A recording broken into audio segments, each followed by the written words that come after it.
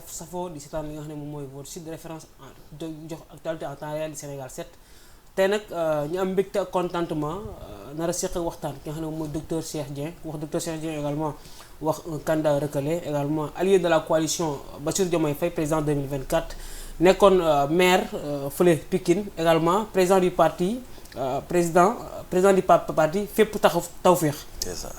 Docteur Cheikh ginnaaw bu ñu la nuyoo ñu bàyyi la nga nuyu nga xam ne ñoo lay seetaan Sénégal 7 yaakaar nag tey moom war nañu am lu ñu waxtaanee sur la table. tout à fait Serigne Matar maa ngi lay nuyu maa ngi lay ziare bu baax a baax. donc di beral nuyoo également ñëpp ñi nga xam ne les internautes sur vos différentes plateformes ñi ngi seetaan ci Sénégal 7. di la sant di la gërëm si sa invitation bi. donc pour discuter de l'actualité. voilà à la veille de l'ouverture de la campagne électorale. avec une actualité très très mouvementée au regard. des multiples manœuvres qui accompagnent le contexte politique actuel. ca tëngërëm ñenn la lu ñu war a waxtaanee nag bokk na si ñaari poñ par rapport ak 30 minutes yi nga xam ne moom la ñu am un débat vif certainement yi ñoo xam ne yéen si taan par rapport ak li nga xam ne mooy le cas Bassirou Diomaye Faye ak les 44 candidats yi nga xam ne ñenn ñi choisir nañ daal di ànd ak la coalition Bassirou Diomaye Faye président ak li nga xam ne sax moo tukkee à l'Assemblée nationale di mbiru Karim Wade ak Thierno Alassane Sall ginnaaw li nga xam ne mooy commission d'enquête bañ ko daal di adopté démb fële sa Assemblée nationale bu Sénégal docteur damay dooree rek ak yow par rapport ak bu mel ni yaa ngi jugee seen chaise coalition Diomaye président 2024 nga daal see bokk yéen a ngi si affaire yi wala.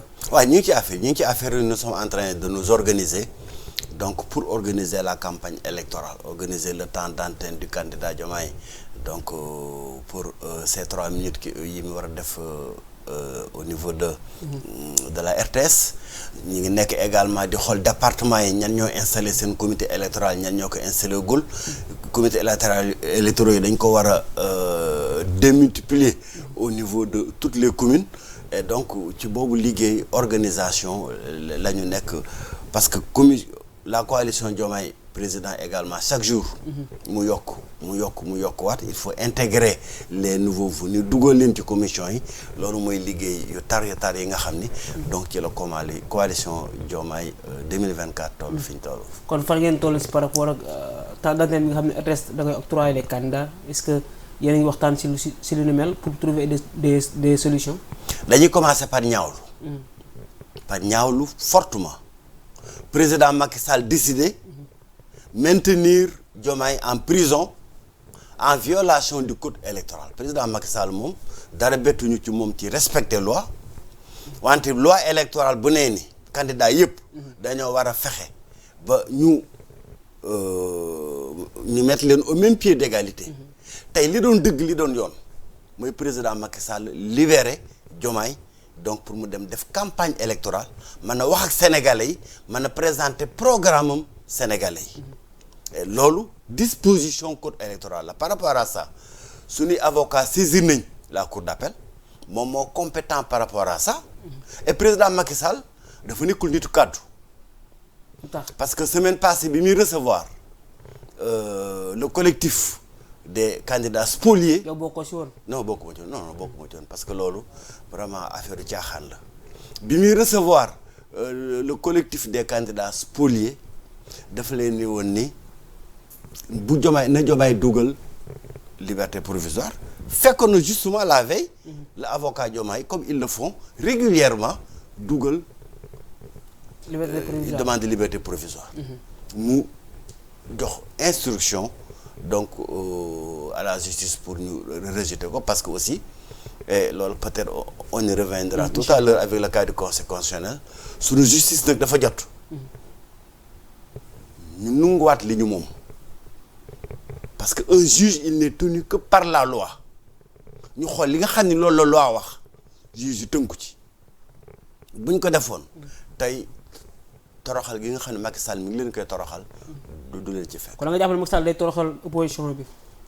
dafay toroxal justice. parce que justice moom loi constitution moo ko jox ses prérogatives daf ko un pouvoir constitué la cour le conseil constitutionnel la cour suprême et les cours et tribunaux c'est la constitution du Sénégal moo leen consacré kon lépp li nga xam ne dañ koy def loi lañ ko war a teg waaye waruñu ko teg ci ay ndigalu président Macky Sall ba tey conseil constitutionnel tamit ñu koy toroxal biñ ko def démb avec la commission d'enquête bi président Macky Sall ak waa PDS teg.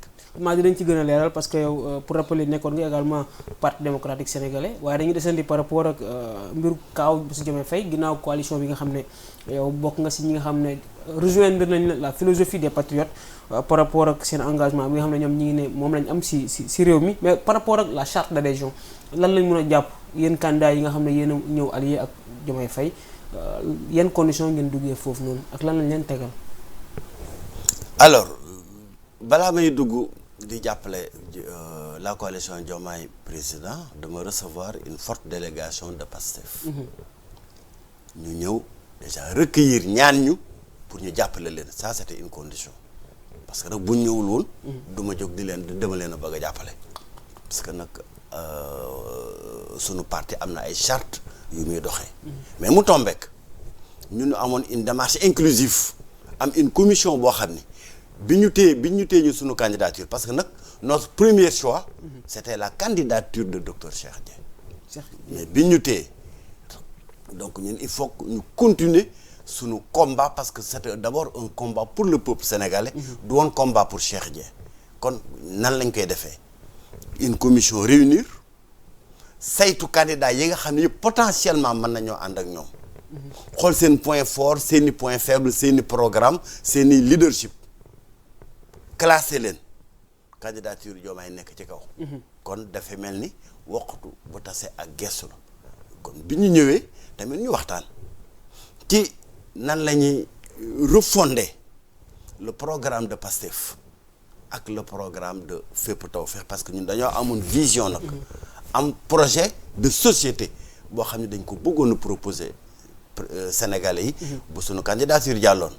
mais ñu gis également ni c'est une logique tey docteur Cheikh Dieng ànd ak coalition Diomaye 24 parce que luy ñëw en cohérence la par rapport ak liñ nekk woon Yewwi Askan Wi. mais ñu bëri ñu doon xaar également nga dellu PDS peut-être pourquoi pas jàppale Karim même su nekkee sa candidature ñu ngi ruuma ndaat ba tey ba xam day bokk wala du bokk. non kooku moom c'était même pas en perspective. donc parce que dañoo amoon cohérence bu ñuy liggéeyee ci biir Yewwi Askan Wi. ba pare nag aussi ñuy delloo njukkal parce que Matar bul fàttali ni. ba Cheikh Dieng moo gagné woon la ville de Pikine ci élection locale yi passé Macky Sall foqarti sunu victoire.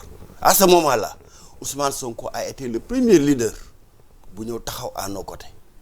mobiliser Yewwi Askan wépp ñu ñëw taxaw à nos côtés ñuy def des marches mu jox instruction waa Pastef Pikine.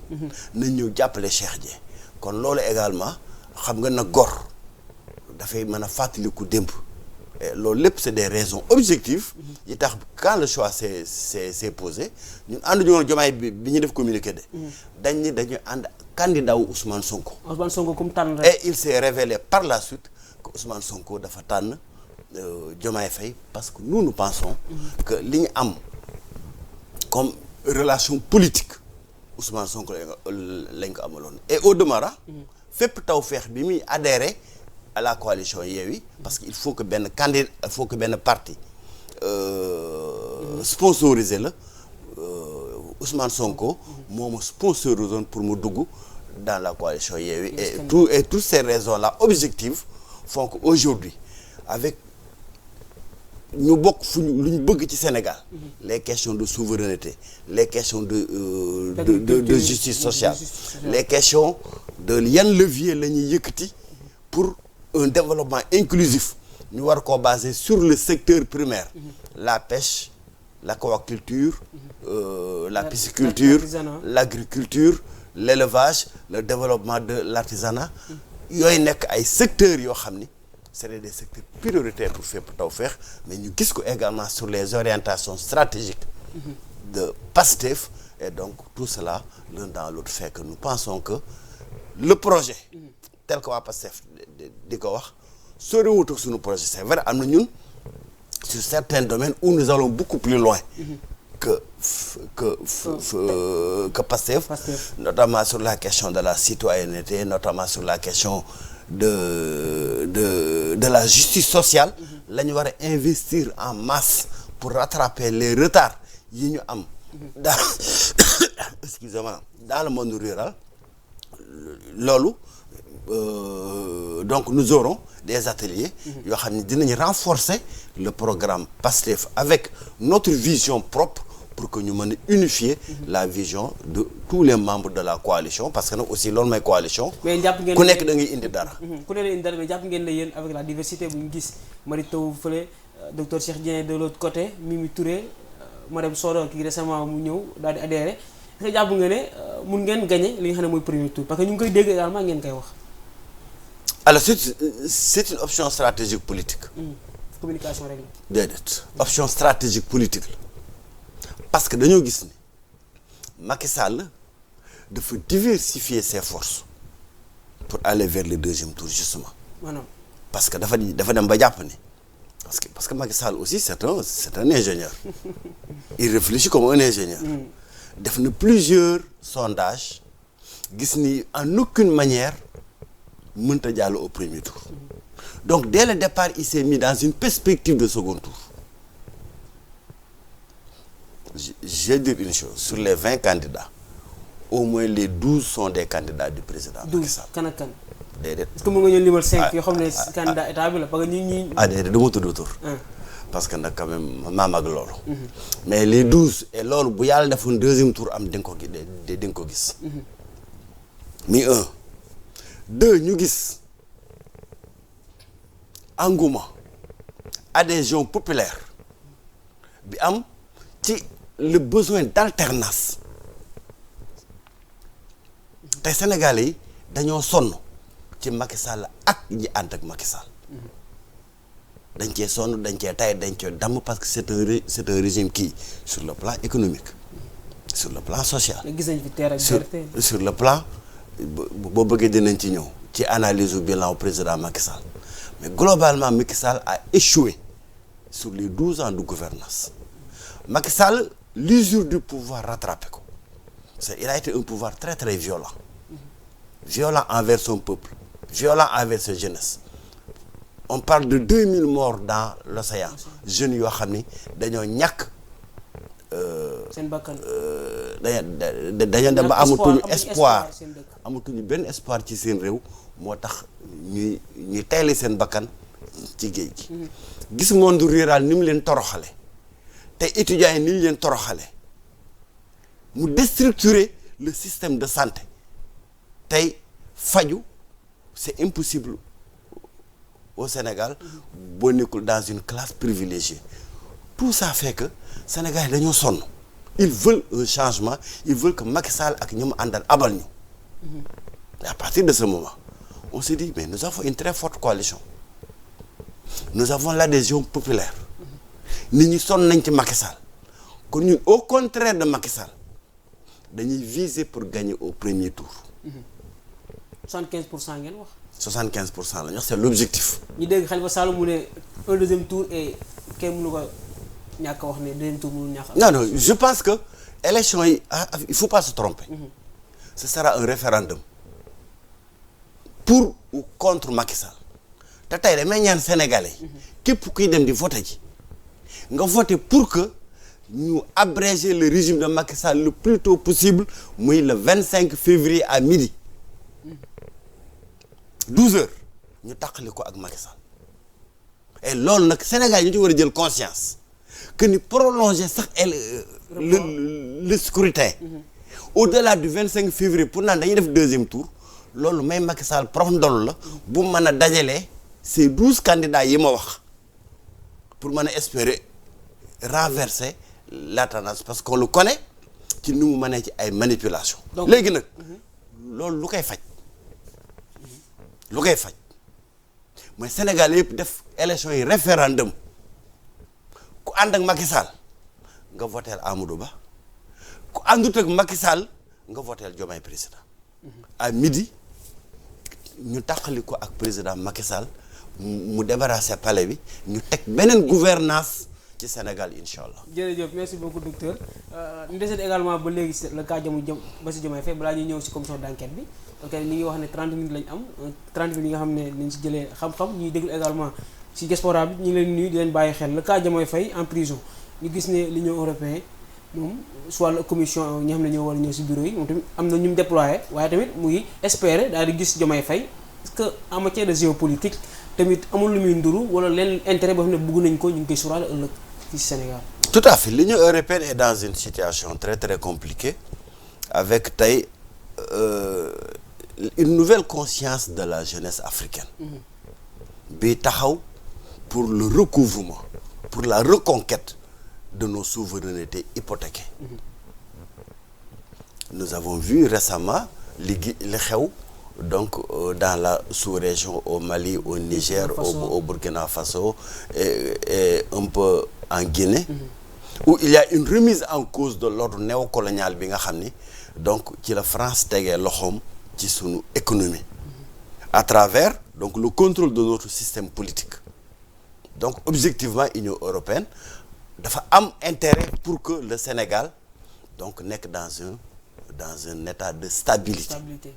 Stabilité lu ko indi mooy ñu respecter dëgg mooy ñu teg élection yi ci yoon mooy ñu delloo la souveraineté au peuple le 25 février que lépp loo xam ne nag day entacher la régularité et la transparence du scrutin ñu artu Macky Sall bu mu ci dugg loolu rek moo mën a tax vraiment ñu dem ci élection yi nekk jàmm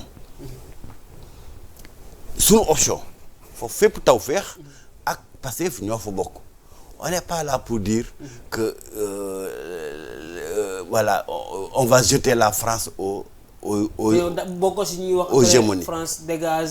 Non xam il faut simplement que ñu rééquilibrer les relations dans un sens gagnant-gagnant. Nous sommes assez grands pour xam lan la suñu intérêt nekk et fa suñu intérêt nekk dañuy am des présidents un gouvernement qui défend les intérêts des Sénégalais d'abord et avant tout, qui défend les intérêts des investisseurs sénégalais, qui défend les intérêts de l'entreprise sénégalaise, qui est la dignité d'une nation. Loolu mooy une mise à mort de la France-Afrique, une mise à mort donc de la mainmise de la France, de l'Union européenne sur nos pays de la sous-région. Loolu la fépp taw feex jëm. Loolu mooy le projet bi nga xam ne également Pastef da ci inscrire nee naa la sur beaucoup de points Pastef ak fépp taw feex dañoo bokk gis-gis ci ban yoon la ñu war a engager Sénégal. Man dama ne woon Cheikh Dieng bu nekkee président de la République 1 gramme de matière première dootuñu ko exporter. Parce que exporter de la matière première comme ni ñu koy defee nii sunu phosphate sunu arachide sunu zircon sunu or mooy on exporte de la valeur ajoutée on exporte du travail. Ce travail là nos jeunes noo ko gën a soxla les Chinois les Français ou les Indiens fi ñu exporter sunu matière première sunu phosphate bi ñu exporter sunu baykat yi ñoo ko gën a soxla waaye Inde yi nga xam ni fa lañ ko yóbbu ak feneen fi ñu ko yóbbu. Et donc il faut que le national gën a am doole si sunu économie ci sunu nit ñi doxalee sunu réew loolu mooy fi nga xam ni fa la ñu bëgg a yóbbu Sénégal au soir du 25 février et ça il faut que les jeunes le comprennent. moo tax ma ne le référendum la référendum pour Sénégal moomaat boppam référendum pour Sénégal nungu alalam jox ko doomi Sénégal. Au lieu que ñu koy importer maintenant Union européenne CEDEAO Union africaine et cetera ils sont dans leur rôle li leen soxal mooy Sénégal nekk ci stabilité Sénégal lu koy def ci stabilité mooy ñu doxal dëgg Diomaye ñu libéré ko avant campagne électorale bi di commencer 2 ñu assurer les conditions de transparence des élections 1214 bureaux de vote le président Macky Sall yokk ci carte électorale bi tegu ko fenn te ba léegi on nous a demandé mais c'est une incohérence ñu ni le 30 la ñu war a joxe suñu représentant dans tous les bureaux de vote entre-temps ñoom modifié nañu carte électorale bi ci suñu ginnaaw te ba léegi opposition bi jotagul carte électorale bi de manière officielle. ak fichier électoral bi le 9 yéen a ko war a xaarandi yenn candidat yi. mooy les incohérences du système électoral parce que foofu c'est pas le code électoral contrairement à li ñu bari di wax c'est vrai l'article L49 dafa ni on remet le fichier électoral au candidat 15 jours avant c'est vrai mais ci suuf dafa ne l'opposition les partis politiques constitués tous les partis am nañ un droit de contrôle permanent te loolu président Macky Sall moo ko war a définir par décret ce décret là depuis 2012 président Macky Sall da koy refuser jël mooy il est donc dans une stratégie de maintenir la nébulosité autour des élections et loolu nag mooy li nga xam ne président Macky Sall bu ko réglé wul évidemment peuple sénégalais am na fulaak fayda bu day ni dina nungu sa souveraineté des mains du président Macky Sall pour l'exercer. jërëjëf di leen fàttali ñu ngi ànd ak ki nga xam ne moom mooy docteur Cheikh Dieng mu nekk candidat recalé bokkoon ci 44 candidats yi nga xam ne dañ laa di saytu seen wàllu parrainage fële sa conseil constitutionnel ñu daal di amoon ay problème également nekk allié récemment ci coalition bi nga xam ne ñu ngi ko tuddee coalition Diomaye président 2024 docteur dañuy jàll par rapport deuxième partie bi la commission d'enquête du PDS ñu gis ay députés yu bëgg déglu ay juges man je comprends pas Sénégalais également il ne comprend pas. Alors deux analyses par rapport à ça bu njëkk bi mais ce sont les incohérences et les insuffisances du Conseil constitutionnel moi je fais partie des victimes du Conseil constitutionnel ñu liggéey avec beaucoup de légèreté mais ñëpp mënuñ pointer du doigt au Conseil constitutionnel quand même. négal ma expliquer la 1220 parrainages lañ ma ni yii dañ ko rejeté gis ñu seen numéro carte NIN numéro d'identification nationale sur le fichier biñ ma rejeté ñooñu ma dem ci fichier électoral 2019 dem ci le site de la Sénat c'est 1220 ils sont inscrits sur la carte électorale ñoom dañ ma ni nekku ci benn deuxièmement ñu def contrôle bi de manière qui respecte pas la loi parce que loi bi dafa ne benn discriminant la ñu am mooy la date d'expiration de la carte d'identité ñoom ñu ne boo juumee ci ni nga bindee Cheikh bi damay rejeter parrainage bi soo juumee ci ni nga bindee Dieng bi damay rejeter parrainage bi soo juumee ci date de naissance bi damay rejeter parrainage bi soo juumee ci commune bi damay rejeter parrainage bi soo fàttee bind numéro la région damay rejeter région bi yëpp fu ñu ko teg ils ont violé la loi parce que nag conseil constitutionnel ak l'exécutif ak tout le monde doit respecter la loi parce que nekkuñu ci dëgg ça c'est une chose deuxième chose le PDS tuumaal leen une tuuma bu infamant l'accusation de corruption est une accusation infamante mooy loo xam ni lu gën a diis lu ñu mën a teg ci deru un juge mooy un juge corrompu.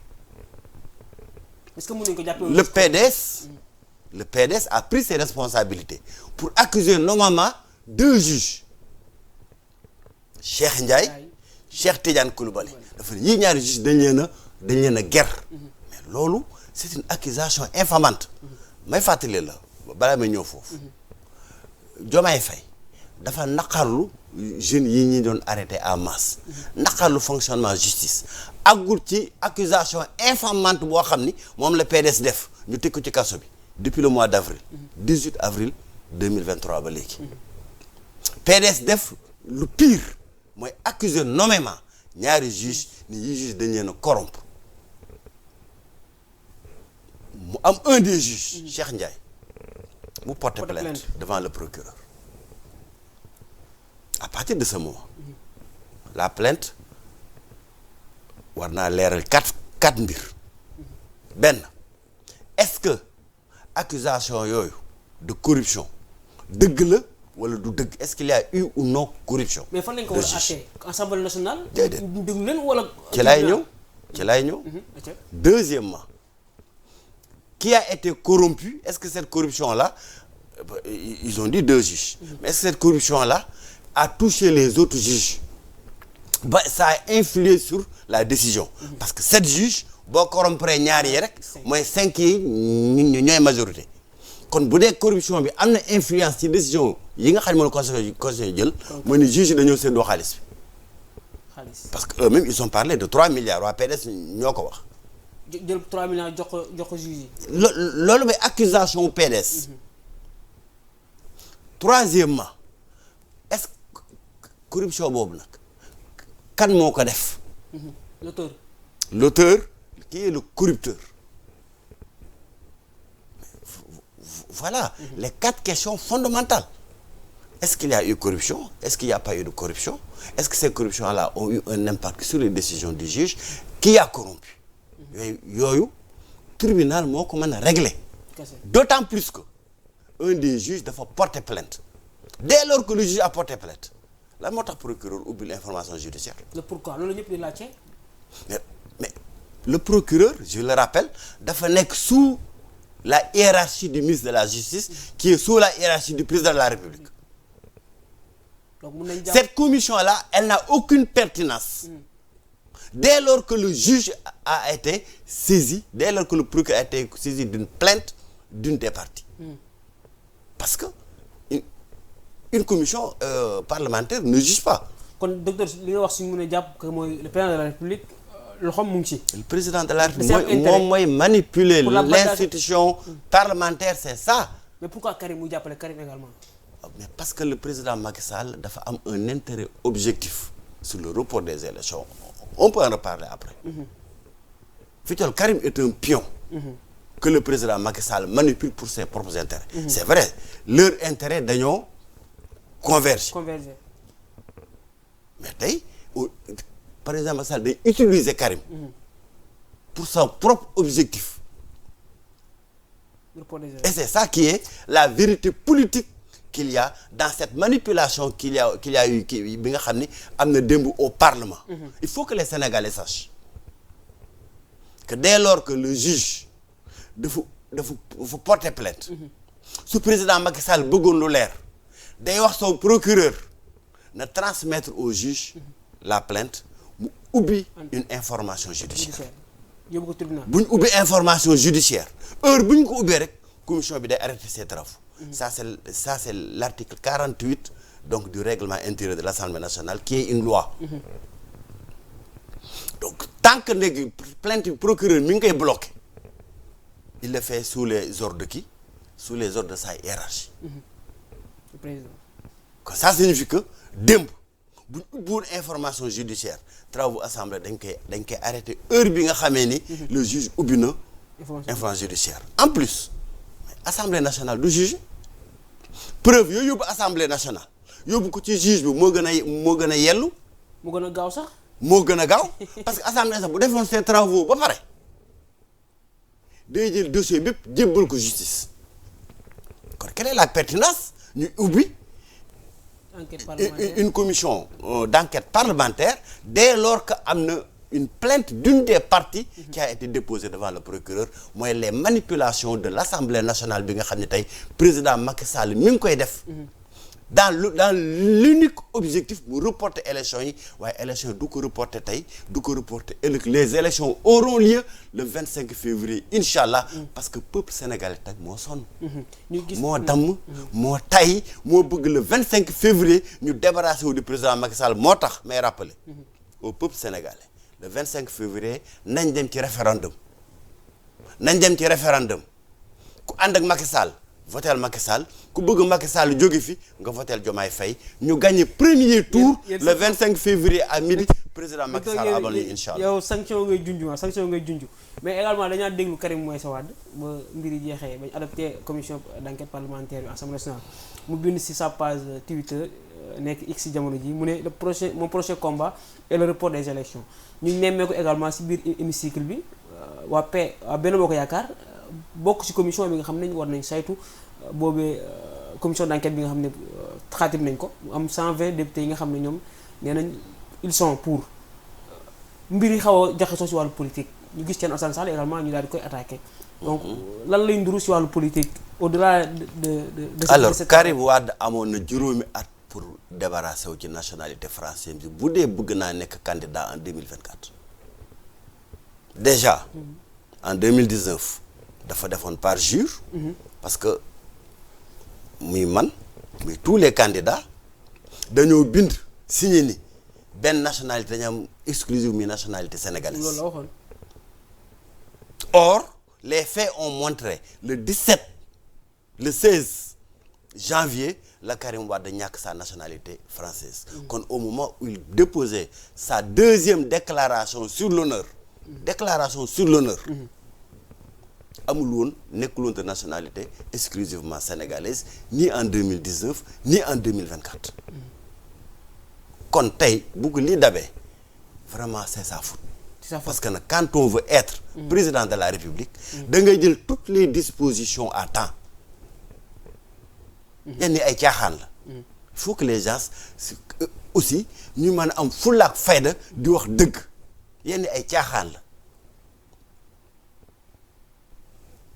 alors là également man nañoo pointer conseil constitutionnel. kañ lay considérer la candidature. kañ lay considérer ni kii candidat la. kañ. voilà une question juridique importante. gis nañ liste mais également gis nañ Mame Diarra Fam mu ne moom su Karim bokkul élection du am. su Karim bokkee le calendrier électoral. ma ni lay Karim mooy Cheikh Dieng. man dañ maa tooñ ba fa tooñ mën a yem.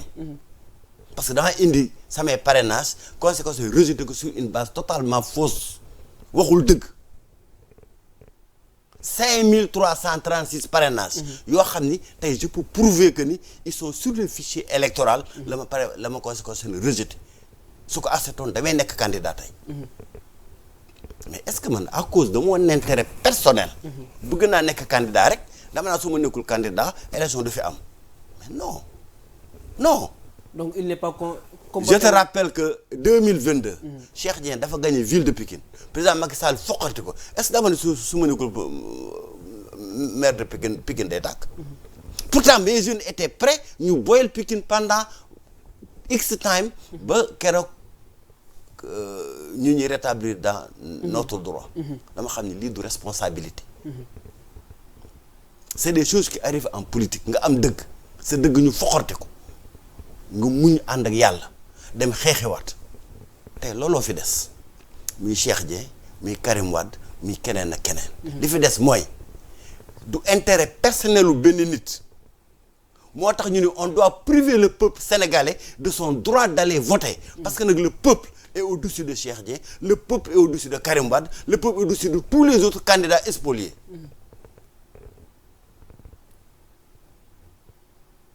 Il faut que les gens sachent raison garder bañ égoïsme personnel ñu teg ko ci kaw intérêt peuple sénégalais. Le peuple sénégalais a droit à son vote le 25 février. manœuvre boo xam ni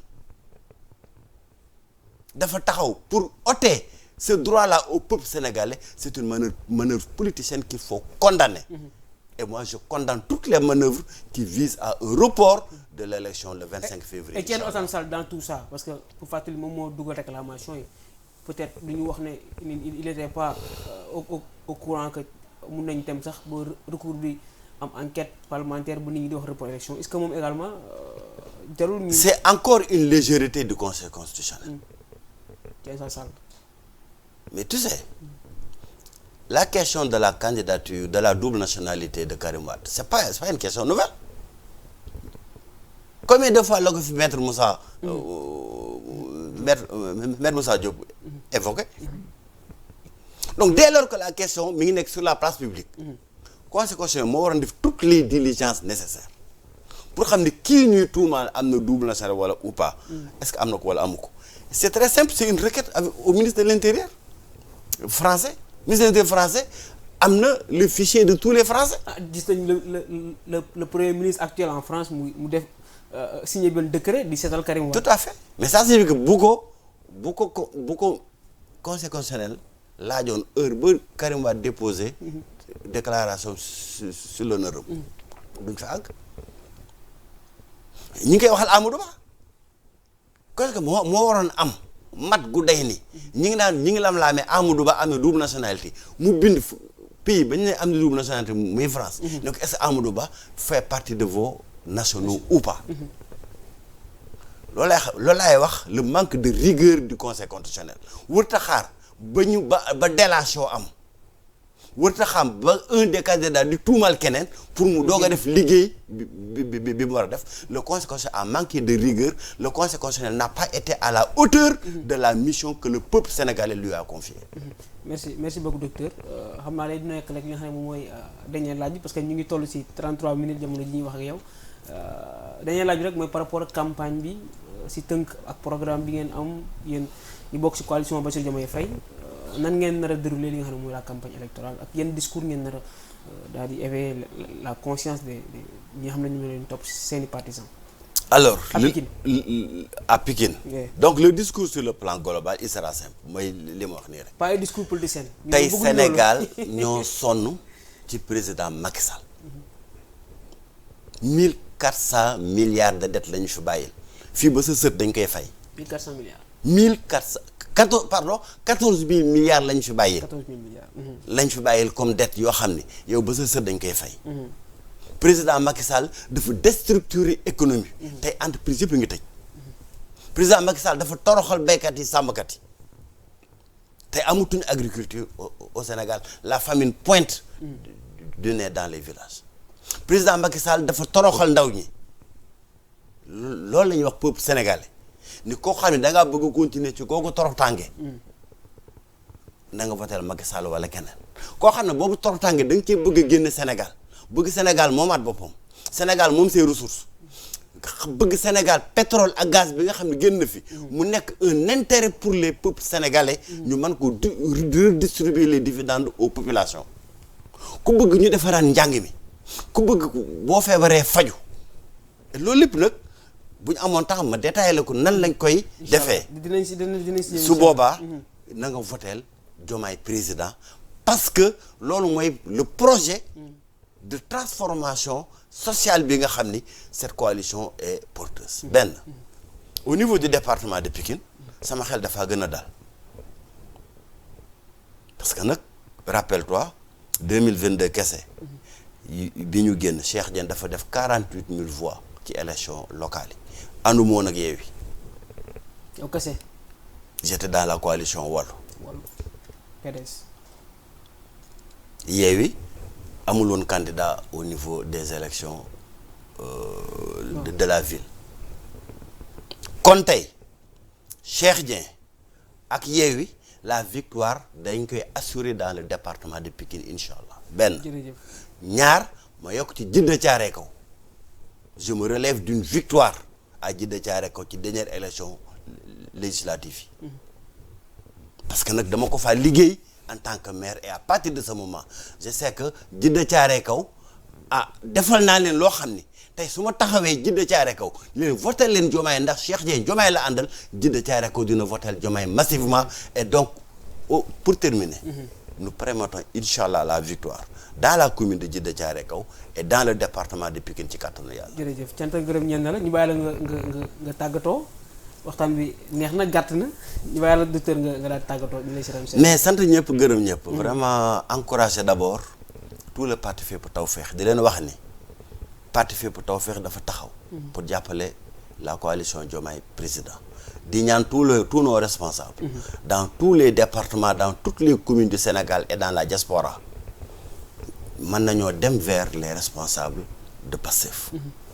waxtaan ak ñoom. mais ñu engagé wu ci combat bi comme si Cheikh Dieng était président parce que était candidat président parce que nag dañoo jëloon toutes les dispositions pour que ñu mën a def suñu campagne électorale propre au niveau de Fépp Tawfekh donc tout ce dispositif là bi nga xam ne tegoon nañ ko en place moom lay ñaan tey nos responsables ñu dugg ci coalition bi avec sincérité avec engagement avec abnégation pour assurer la victoire au premier tour de Diomaye ñaan président Macky Sall mu libérer Diomaye pour que mu mën a def campagne électorale parce que nag li olof naan gàcce gu gàtt. da nga mu ñaaw ëllëg ni Mandela. moo gën gàcce gu gudd. bu gudd. loolaa koy bañoon mu dal ko te bu téye Diomaye ci kaso bi. gàcce gu gudd koy dal. jërëjëf mu nekkoon docteur Cheikh Dieng nekkoon candidat recalé également allié de la coalition Bassirou Diomaye Faye président 2024 bokkoon également ci 44 candidats yoo xam dañu daal di spolier ñu daal di doon waxtaan ci li nga xam ne moom moo ñeel la grande coalition de Bassirou Diomaye Faye 2024 ginnaaw Ousmane Sonko bu ko tànnee di doon wax également ci li nga xam ne mooy lu ñeel wàllu commission parlementaire bi nga xam ne waa PDS ñoo ko initié ginnaaw réclamation Thierno Alassane Sall waxtaan également ci biiru campagne cant ak ngërëm ñenn yéen Sénégal yooyu si taan jërë ngeen jëf ba beneen yoon